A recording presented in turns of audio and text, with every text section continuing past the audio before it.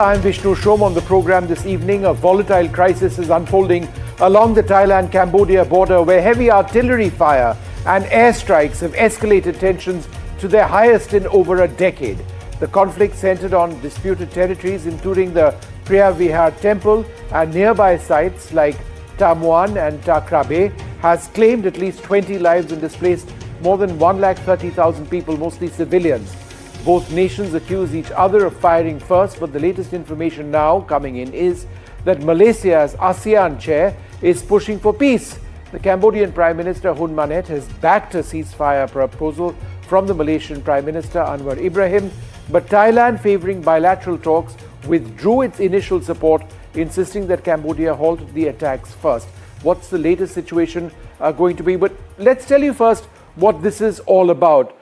Well, this is the area that we're looking at. These are the areas where the fighting has in fact been taking place, and Thailand says it has in fact intensified. Now, the Thai-Cambodia standoff centers on a territorial dispute over the Preah Vihear temple, a UNESCO World Heritage Site claimed by both nations since the 1962 International Court of Justice ruling favoured Cambodia.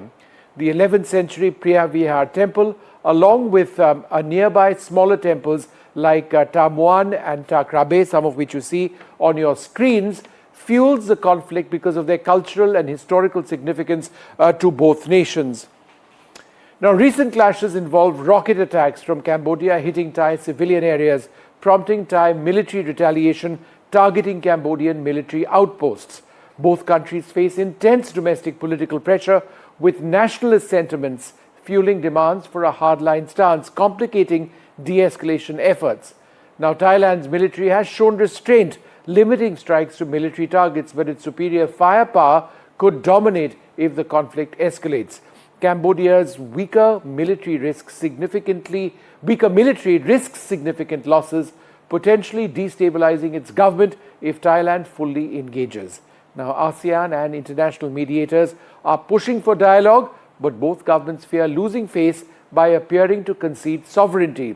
Analysts do predict a gradual de-escalation as both sides seek to avoid full-scale war while addressing domestic audiences. But what is the conflict all about? And let us tell you a little bit about how it has just been intensifying over the last few days.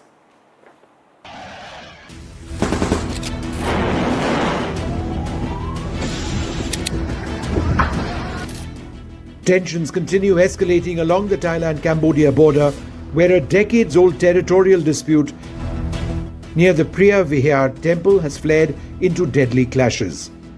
Both nations have exchanged rocket fire, raising fears of a broader conflict. Thailand has been hitting Cambodian targets with fighter jets.